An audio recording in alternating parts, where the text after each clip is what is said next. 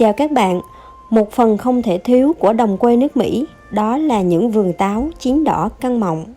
Hôm nay Góc Nhà Mẹ Chip sẽ theo chuyến xe cùng gia đình đến thăm một vườn táo tuyệt đẹp trên mảnh đất này. Đây là cánh đồng các loại đậu và bắp của vùng Marysville, bang Ohio. Chỉ vài tuần nữa thôi thì màu xanh này sẽ chuyển sang màu vàng. Mùa thu hoạch bắp và đậu sẽ đến và cũng là lúc mùa lá đỏ kéo về. Và đây là con đường vào vườn táo của trang trại Cherry Hawk ở Marysville. Trước mắt bạn là một cánh đồng hoa hướng dương vàng rực trong nắng. Phía xa kia là ngôi nhà của chủ trang trại. Người chủ này đã tinh tế trong việc trồng đan xen táo và hoa hướng dương. Để khi vườn táo chuyển sang chín đỏ thì cũng là lúc hướng dương vàng rực cánh đồng. Để những cuối tuần cho các gia đình đến đây hái táo, thưởng hoa, hưởng trọn một cuối tuần tuyệt vời, đầy ý nghĩa. Phía sau ngôi nhà này là hồ nước và phía trước là hàng trăm đóa hoa mặt trời đang nở rộ. Còn bên cạnh là vườn táo đỏ, trái chín thơm ngào ngạt. Bạn có mơ về một cuộc sống đầy thi vị, yên bình như thế này không? Khu vườn này với hàng trăm cây táo và có trên 18 loại táo khác nhau. Năm nay thì có hơi khác biệt một chút. Khách đến hái táo phải theo quy định của trang trại. Mọi người lần lượt xếp hàng theo những khoảng cách nhất định để tránh lây nhiễm. Vé vào cửa là giá của những chiếc túi giấy hoặc những cái xô gỗ mà bạn chọn để hái táo bỏ vào, dao động từ 20 đến 40 đô tùy thuộc kích cỡ. Những cây sào hái táo này thì đã được tẩy trùng tay cầm trước khi giao cho người hái. Những quả táo chín mọng, trĩu nặng cành, đỏ rực một góc vườn và quyến rũ mọi tầm nhìn như thế này thì ai cũng muốn hái không ngưng nghỉ. Từ cuối tháng 7 thì chủ vườn đã bắt đầu mở cửa đón khách tham quan. Vườn chia ra nhiều đợt hái với lần lượt từng loại táo khác nhau. Ví như những ai thích mùi vị thơm ngọt của loại táo đỏ Red Tree thì có thể đầu tháng 8 tìm đến với vườn. Và đầu tháng 9 là thời điểm của Honey Strip, loại táo ngon nhất vùng này. Và lai rai đến tháng 11 vườn sẽ kết thúc bằng một loại táo chua nhất có tên gọi Granny Smith. Để có được những quả táo thơm ngon, chất lượng thì những người trồng táo phải liên tục cải thiện phương thức trồng trọt để cho ra những trái táo giòn và thơm ngon vào mỗi năm. Theo như lời của người chủ vườn này, trồng táo cũng là một phong cách sống. Ngoài những vất vả chăm bón thì người làm vườn còn thưởng thức được nhiều ý nghĩa tinh thần từ vẻ đẹp của cây táo.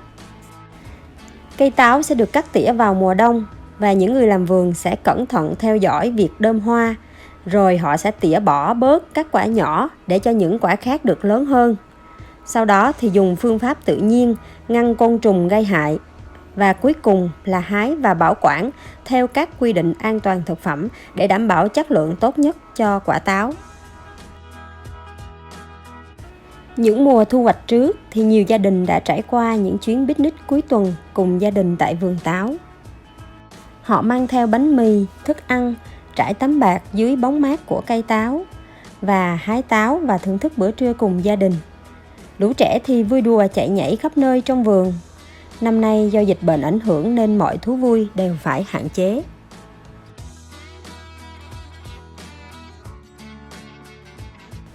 Cây táo xanh Granny Smith này sai quả đến mê mẩn. Đây là loại táo vỏ xanh, chua nhất trong tất cả các loại táo. Nên loại này thường được dùng làm nước ép hoặc các loại salad. Granny Smith chứa nhiều chất xơ và hiện đang được xem là loại trái cây thông minh cho những ai muốn giảm cân. Thời điểm thu hoạch loại táo này là thường tháng 10, tháng 11 hàng năm.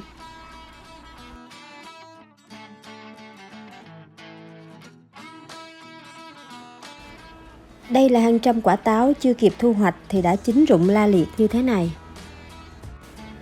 Những quả táo rụng này thì nghe đâu sau đó người ta sẽ chọn quả hư làm phân bón.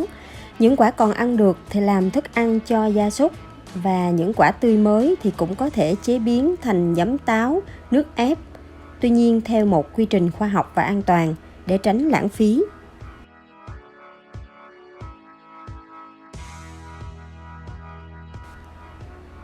Đây là cây táo Honey Strip, chỉ còn sót lại vài trái. Đây là một trong những loại táo ngon nhất trên thế giới, vì vậy đến những ngày thu hoạch thì vườn khá đông người tham gia.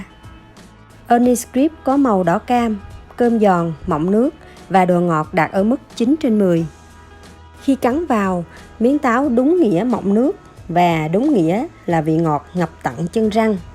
Hình thù bên ngoài của Ernie Scripps thì không bóng đẹp như các loại táo khác, nhưng chất lượng bên trong của loại táo này đủ để nó trở thành một trong những loại trái cây bán chạy nhất nước Mỹ. Hẳn ai cũng biết táo là một trong những thực phẩm giàu các chất dinh dưỡng, vitamin và protein. Chúng ta mỗi người chỉ cần mỗi ngày một quả táo để tăng cường sức đề kháng cho cơ thể. Loại quả này không chỉ được ăn như thông thường mà còn được sử dụng trong các món ăn bổ dưỡng như nấu súp, làm sốt, trộn gỏi và các món bánh tráng miệng. Và hôm nay Góc Nhà Mẹ Chip sẽ cùng cả nhà thử một món bánh mới với nguyên liệu là những quả táo. Hy vọng với vị giòn rôm rốt chua ngọt của loại bánh vòng táo này sẽ giúp cả nhà thêm rộn ràng niềm vui vào bữa ăn vặt xế chiều.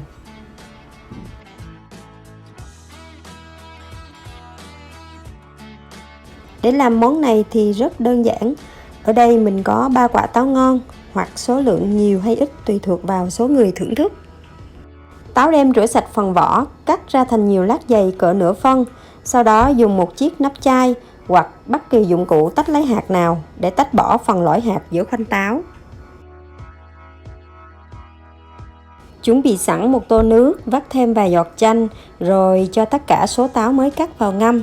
Cách này giúp cho những lát táo giữ màu và không bị đen.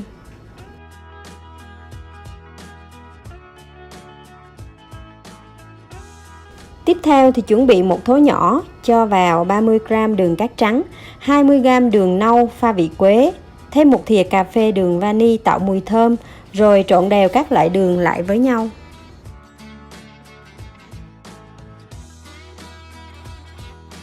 Trong một khay khác, cho vào 100g bột gạo, 50g bột mì, sau đó cho soda vào và khuấy cho tan bột.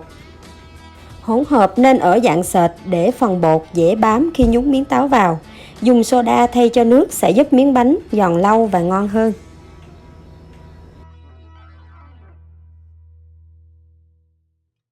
Khi mọi khâu đã chuẩn bị xong, trước khi đem chiên, lát táo sẽ được lăn nhẹ hai mặt vào hỗn hợp đường, sau đó nhúng miếng táo qua hỗn hợp soda bột. Đợi dầu trong chảo sôi lăn tăn thì cho táo vào chiên ngập dầu. Khi lớp bột đầu tiên khô giòn, dùng đũa gấp táo ra, nhúng nhẹ qua bột lần thứ hai rồi bỏ lại vào chảo dầu. Và cứ thế ta sẽ nhúng tiếp bột lần thứ ba, thứ tư cho đến khi phần áo bột bọc ngoài lát táo đủ dày như một lớp vỏ bánh donut thì ta sẽ chiên cho bánh vàng đều hai mặt, gấp ra để trên giấy thấm cho ráo dầu. Món bánh này cực kỳ đơn giản phải không? Nếu muốn ăn thêm ngọt có thể rắc vào xíu đường bột hoặc vài thìa syrup cho ngon miệng. Bánh vòng táo với phần bột vàng giòn rôm rốp bên ngoài, ôm lấy phần thịt táo chua ngọt bên trong. Món bánh này rất thích hợp trong thời khắc giao mùa khi không khí bắt đầu se lạnh như thế này. Hôm nào cả nhà cùng thử xem. Xin chào và hẹn gặp lại cả nhà vào thứ Tư, thứ Bảy mỗi tuần trên kênh Góc Nhà Mẹ Chip.